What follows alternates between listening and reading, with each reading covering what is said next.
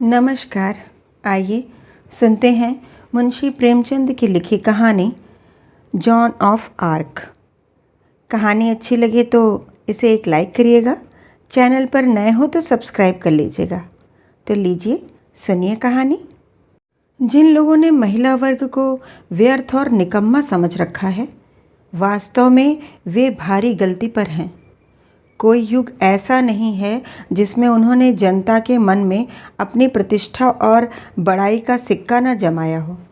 इतिहास साक्षी है कि युद्ध क्षेत्र में भी उन्होंने शूरवीरता और साहस के वे आश्चर्यजनक सीन प्रस्तुत किए हैं, जिन्हें पढ़कर और सुनकर आज जनता आश्चर्यचकित रह जाती है।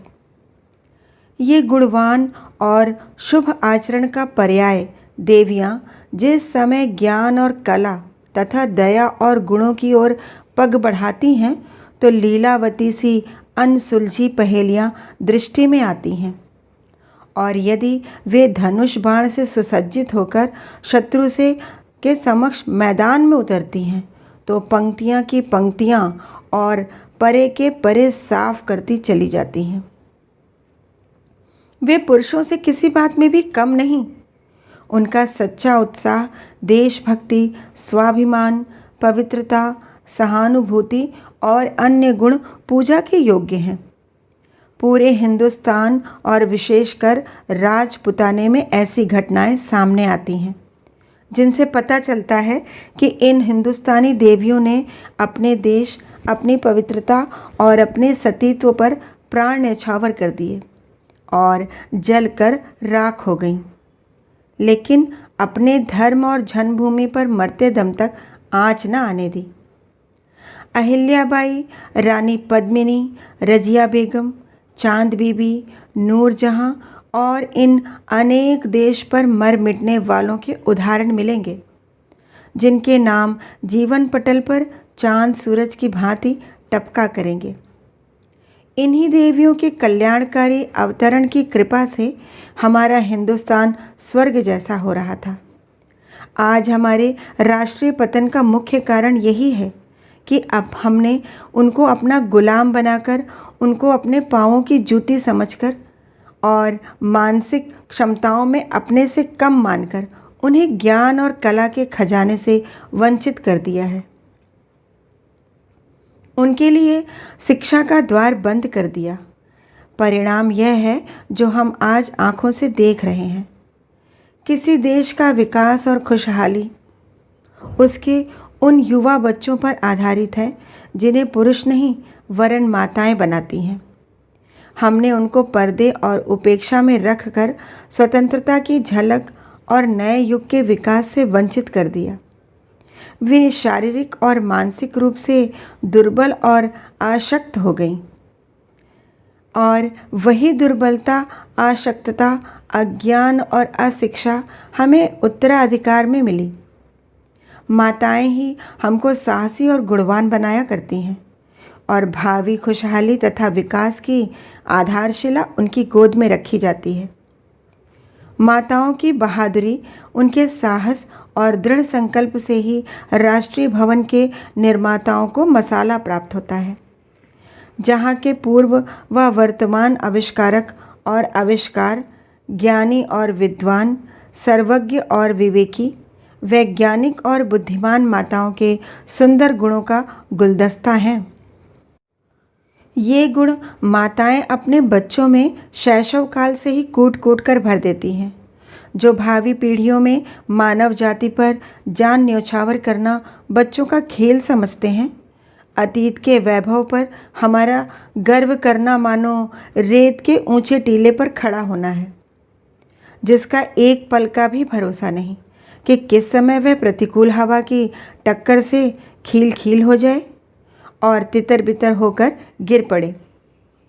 रूस, जापान, इंग्लिस्तान, फ्रांस, इटली, चाहे किसी भी साम्राज्य को ले लीजिए, उस देश की सफलता, विकास, समृद्धि, स्वतंत्रता और उसकी व्यवस्था तथा स्थिरता के मूल में आपको उस देश की उच्च साहसी महिलाएं ही दिखाई देंगी।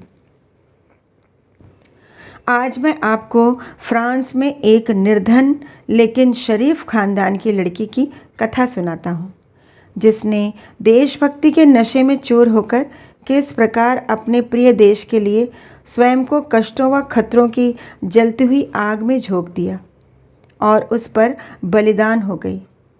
ऐसे पुण्यात्मा लोग जो दूसरों की भलाई के लिए अपने जान माल की चिंता न करें, संसार में दुर्लभ हैं। हाँ, अपनी मुक्ति के अभिलाषी, यश के इच्छुक, अपनी श्रेष्ठता तथा खुशहाली के दीवाने आपको बहुत से मिल जाएंगे, लेकिन निस्वार्थ और निरुद्देश्य दूसरों की सेवा करने वाले, देश के सच्चे हितैषी तथा जान झिड़कने वाले यदा कदा ही दिखाई देंगे। कैसा अच्छा हो यदि उनको इस बात से परिचित कराया जाए कि जन सेवा ही ईश मिलन है, तो नरक के भयावह और हृदय द्रावक दृश्य स्वर्ग के शाश्वत सुख और विजयोल्लास में परिवर्तित हो जाएं। किसी ने सत्य ही कहा है, खुदा के आशिक तो हैं हजारों, बुतों में फिरते हैं मारे मारे। मैं उसका बंदा बनूंगा जिसको खुदा के बंदों से प्यार होगा। मलूल अज हम रहान बूदन तरीके कारदानी नीस्त, बेकश दुश्वारी मंजिल बायादे अहदे आसानी। सहयात्रियों से दुखी होना निपुणता का व्यवहार नहीं है। सुख के समय को स्मरण करके यात्रा की कठिनाइयों को सहन किया जा सकता है। आज देश इसी प्रश्न को हल करने में व्यस्त है कि महिलाओं की वर्तमान दशा चिंतनीय है। अमेरिका के प्रेसिडेंट रूजवेल्ट ने एक स्थान पर अपने भाषण में कहा, महिलाएं ही देश की संपदा हैं, उनकी भलाई देश की भलाई है। यदि वे दुर्बल हैं तो देश दुर्बल है। आज देश के नेता इसी भेद को खोलने पर तुले हुए हैं। जिस समय फ्रांस और इंग्लिस्तान उस 7 वर्षीय युद्ध में व्यस्त थे जो एडवर्ड तृतीय के युग में सन 1328 में प्रारंभ हुआ था और जो सन 1453 में हेनरी षष्ठ के युग में समाप्त हुआ, तो मित्रता, श्रेष्ठता और बड़ाई से चमकते अंग्रेज़ उस समय आए दिन शहर पर शहर जीतते जाते थे और बड़े बड़े प्रांतों और शहरों को अधिकृत कर चुके थे। समस्त बंदरगाह और किले उनके हाथ में आ गए थे। पोर्ट स्मिथ, क्रेसी, कैले, पोर्ट्सडीज, पेरिस, रून, पास्टस सब अंग्रेज़ों के राज्य में सम्मिलित हो चुके थे। दूसरे शब्दों में मानो वे सभी फ्रांस के प्रांत बन गए थे। फ्रांस वासियों की दशा अकथनीय थी। वे आए दिन की पराजयों से दुखी थे। हर लड़ाई में हार ही हार हो रही थी। इंग्लिस्तान का उत्कर्ष तथा प्रभुत्व प्रसिद्धि के शिखर पर पहुंच गया था। दिलों पर उनका भय छा रहा था। उस समय समूचे यूरोप की दृष्टि अंग्रेज़ों पर लगी हुई थी, लेकिन जय के साथ पराजय फूल में कांटे की भांति संबंध होकर साथ साथ चलती है, क्योंकि प्रत्येक उत्थान के बाद पतन आवश्यक है। जब जीत पर जीत प्राप्त करते हुए उन्होंने 5 वर्ष के अंदर लगभग समूचा फ्रांस जीतकर अधीन कर लिया और जब ऑर्नलीज की घेराबंदी में सफल होने को ही थे कि अचानक वह आश्चर्यजनक घटना घटी जो विश्व इतिहास में सदा स्मरणीय रहेगी। जब फ्रांस की ऐसी गंभीर दशा थी और समस्याओं तथा कष्टों का सामना करते करते जनता अंततः निराश हो चुकी थी और विदेशी आक्रांताओं के निरंतर आक्रमणों से देश नष्ट भ्रष्ट हो चुका था, देश से सुख शांति विदा हो चुकी थी, उस समय जॉन ऑफ आर्क एक देवदूत की भांति अवतरित हुई, जिसे ईश्वर ने फ्रांस की दुर्दशा पर दया करके उसके बचाव और सहायता के लिए भेजा था। वह डोमरेमी में स्थित लोरीन के एक देहाती मजदूर की लड़की थी। उनके माता पिता बहुत गरीब थे और झोपड़ी में रहकर मेहनत मजूरी से अपना पेट पालते थे। अपने घरेलू कार्यों और सीने पिरोने से निपटकर जॉन ऑफ आर्क खेतों में भेड़ तथा अन्य पशु चराया करती थी। उस समय घर घर पर अंग्रेज़ों का आतंक जमा हुआ था। लोग अपने घर संपदा की सुरक्षा कठिनाई से कर सकते थे। प्रत्येक व्यक्ति के मुंह पर पुरानी भविष्यवाणियाँ थीं। वह काल दुर्भाग्य का काल माना जाता है। ब्रंस नामक एक फ्रांसीसी कवि ने भविष्यवाणी की थी कि लोरेन के बालूद के जंगलों में एक लड़की पैदा होगी और सौभाग्य से बालूद के जंगल डोमरेमी की पहाड़ियों में ही थे।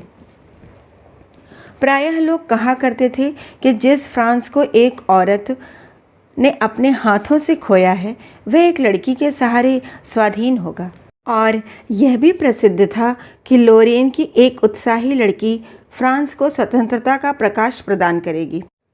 इन किंवदंतियों ने उस 13 वर्षीय लड़की के कोमल हृदय को आश्चर्यजनक रूप से प्रभावित किया। एक दिन उसने यह स्वप्न देखा कि महान देवदूत जिब्राइल उसे धर्मात्मा, आस्थावान, देश के लिए पूर्णतः समर्पित और पवित्र बनने का उपदेश दे रहे हैं। इसके बाद संत कैथरीन और मार्गरेट प्रकट हुई और उसे उपदेश देकर लुप्त हो गई। आध्यात्मिकता अवतरित होने तथा अन्य आम चर्चाएं होने पर भी जब उसने फ्रांस की ऐसी दुर्दशा देखी कि उसका प्यारा देश विजयी आक्रांताओं के आक्रमणों से बर्बाद हो चुका है, लोगों का साहस टूट गया है और उत्साह ठंडा हो गया है, हर छोटा बड़ा अपनी दुर्बलता और निर्धनता के हाथों रो पीट रहा है, शत्रु के सामने आ डटना सरल कार्य नहीं रह गया है, तब देश के शासन और हानि व दुर्दशा से परिचित होकर वह शोक में डूबी हुई तथा अत्याचारों की तलवार से मारी हुई कांप उठी। और दूसरी ओर जब उसने अपनी विपत्ति तथा निर्धनता का चिंतन किया तो अनायास आंसू भरकर कहने लगी, क्या हाथ उठाऊं बहरे दुआ सुए आसमां, बर आए जो कभी वह मेरी आरजू नहीं। लेकिन फिर उसने अपने शोकाकुल हृदय को ढाढ़स बंधाया और उसके शरीर में एक बिजली सी कौंध गई। राष्ट्रीय स्वतंत्रता का नाम सुनकर उसका खून उबलने लगा। उसने राष्ट्रीय पराधीनता की शर्म अनुभव की। उसका दिल भर आया और उस गुप्त रहस्य तथा आकाशवाणी की याद ने उसे घायल हृदय को चीर दिया। वह देशभक्ति में डूबी बैरागन एक सच्चे सन्यासी की भांति एक वृक्ष के नीचे अपने परम पिता की गोद में बैठ गई। उसने अपना दायां हाथ आकाश की ओर उठाया और बाएं हाथ में तलवार लेकर संपूर्ण समर्पण से प्रार्थनारत हो गई, और उसकी आंखों से आंसुओं की बूंदें टप टप टपक रही थीं। उसके मुंह से ये शब्द निकल रहे थे कि इस सृष्टि के रचयिता परमात्मा, ये दोनों लोकों के स्वामी और अंतर्यामी, मेरे देश की दशा पर दया करो। मेरे प्यारे देशवासियों को इस बर्बादी और विनाश से मुक्त करो। मुझे शक्ति दो कि मैं देश की सेवा कर सकूं। मुझे देशभक्ति की क्षमता प्रदान करो। अपनी मातृभूमि से प्यार करने का साहस दो।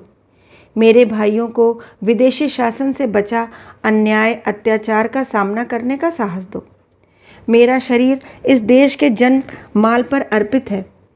ऐ परमात्मा परमपिता, मेरी इस विनम्र प्रार्थना और इच्छा को पूर्ण करो। उसकी प्रार्थना ईश्वर के दरबार में स्वीकार हुई, और जब उसने वह आवाज़ सुनी तो उसका मुरझाया हृदय गुलाब के फूल के जैसे खिल गया। उसका अस्तित्व उस चुंबकीय क्षमता से भर गया जो बाद में उसके जीवन का सर्वश्रेष्ठ गुण सिद्ध हुआ। कहते हैं कि उसकी वाणी में विचित्र प्रभाव था और उसकी उपस्थिति मनुष्य में नवीनता और स्फूर्ति का संचार करती थी। उसके चेहरे से वह शराफत और रौब टपकता था जो मनुष्यों के दिल को जीत लेता है। इस प्रार्थना से उसके हृदय को शक्ति प्राप्त हुई। उसने हाथ में तलवार संभाली, उसे चूमा और आकाश की ओर देखकर संकल्प लिया कि मैं आज से अपना तन मन देश को समर्पित करती हूँ। एक चित्रकार ने जॉन का ऐसा चित्र बनाया है जिसमें वह यह कहती हुई दिखाई देती है कि जब तलवार हाथ में है तो फ्रांस को छुड़ाना और स्वाधीन करना क्या बड़ी बात है। इसके बाद वह गांव के पादरियों और लोगों के कहने के प्रतिकूल कप्तान के पास गई और उससे कहा कि मुझे कैंप में ले चलो। वह वैंकूवर में गई, फिर चिम्यान। वहाँ उसने अपने मिशन का वर्णन किया कि मैं एक मूर्ख लड़की हूँ, लेकिन परमात्मा ने मुझे आदेश दिया है कि मैं ऑर्लेनीज को अंग्रेज़ के हाथों से बचाऊं और फ्रांस के राजा को सिंहासन पर बैठाऊं। मुझे न प्रशंसा की इच्छा है, न पुरस्कार की चिंता, न शत्रु का भय, न प्रतिद्वंदी का डर। मैं केवल ईश्वरी इच्छा और ईश्वरी आदेश पूरा करने को आई हूँ। अलहमीज के बड़े पादरी ने उन ईश्वरीय प्रेरणाओं और खुलासों की चर्चाओं का वर्णन करके सम्राट चार्ल्स को प्रेरणा दी कि वे इस समय उसकी सहायता से लाभ उठाएं, जिसकी निराशा आशा में बदल गई। और फ्रांस के राजा ने इस अवसर को अच्छा समझकर उसे अपनी इच्छा अनुसार कार्य करने की अनुमति दे दी। फिर वह जान हथेली पर रख कर सेनापति बन, घोड़े पर सवार हो, जिरह बख्तर पहन, सिर पर लोहे की टोपी रख, हाथ में फ्रांस का शाही झंडा लेकर मौत की हंसी उड़ाने के लिए लड़ाई के मैदान में कूद पड़ी। वह शत्रु सेना के 10,000 सहस्त्र जवानों पर इस प्रकार टूट पड़ी जैसे कोई बाज अपने शिकार पर बुरी तरह टूटता है। यद्यपि इस लड़ाई में उसे गहरे जख्म लगे, लेकिन उसने ऑर्लेनीज का घेरा उठवा दिया।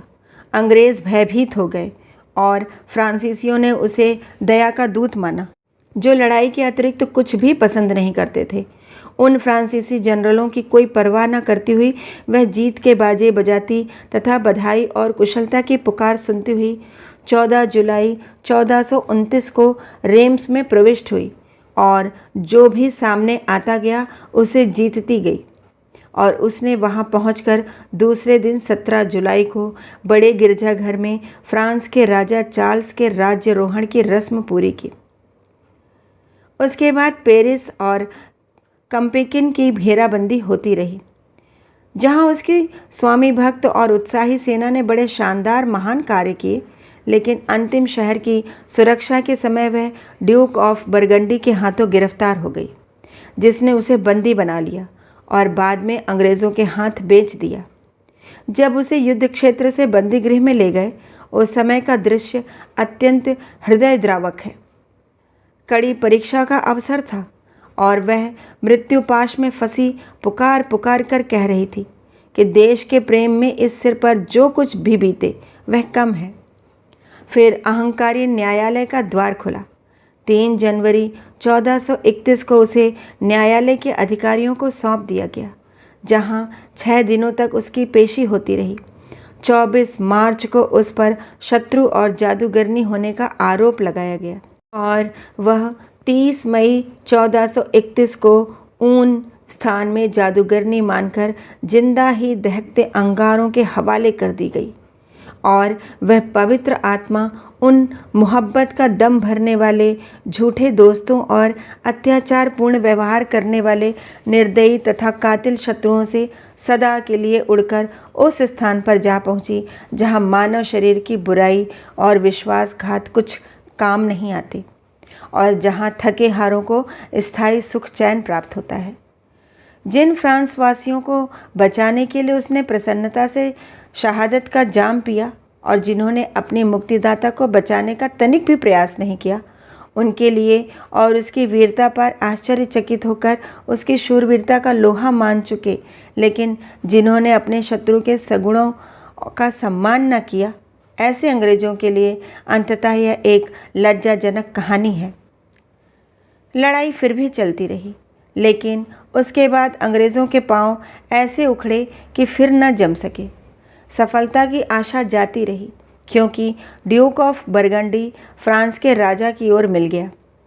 उसके बाद आपस में समझौता हो गया, लेकिन चार्ल्स अष्टम ने फिर नॉर्मेंडी को जीत लिया और 4 वर्ष के अंदर ही वह गाइन और बोर्दो का स्वामी बन गया। और इस प्रकार सन 1453 में 7 वर्षीय युद्ध समाप्त हुआ। लेकिन उस समय केवल एक शहर कैले अंग्रेज़ों के अधिकार में शेष रह गया था। जॉन के व्यक्तित्व में बहादुरी, पुरुषत्व, साहस, अकूत शक्ति, पवित्रता कूट कूट कर भरी हुई थी। शारीरिक तथा मानसिक दृष्टि से वह अत्यंत स्वस्थ और सुदृढ़ थी। उसके चेहरे मोहरे में जैसा तेज बरसता था, वैसा ही उसके शरीर से रौब दाब टपकता था। एक चितेरे ने जॉन का इस प्रकार चित्र बनाया है जिससे उसकी आध्यात्मिकता, धर्मनिष्ठा, सौंदर्य, सरलता और अन्य वे गुण स्पष्ट दिखाई देते हैं जो उसके जीवन का सर्वश्रेष्ठ भाग थे। जॉन के जीवन में शौर्य और संतों जैसे गुण विद्यमान थे जो उसके बाल्यकाल से ही उजले दिन की भांति प्रकट थे। उसमें महान कार्य करने की असीम शक्ति थी। वह हर समय कठिनाइयों और कष्टों का सामना करने के लिए तैयार रहती थी। उसमें आदमियों में प्राण फूंकने की आश्चर्यजनक शक्ति थी। उसकी समस्त विजयों और वीरता और बलिदान के कामों को अपनी आंखों देखने वाले एक प्रत्यक्षदर्शी ने लिखा है, जो समस्त घटनाएं मैंने देखी, सुनी और मेरे समक्ष घटी, उन सब में मैंने उसे ईशप्रिय, पवित्र और निःस्पृह पाया। कहानी सुनने के लिए बहुत बहुत धन्यवाद।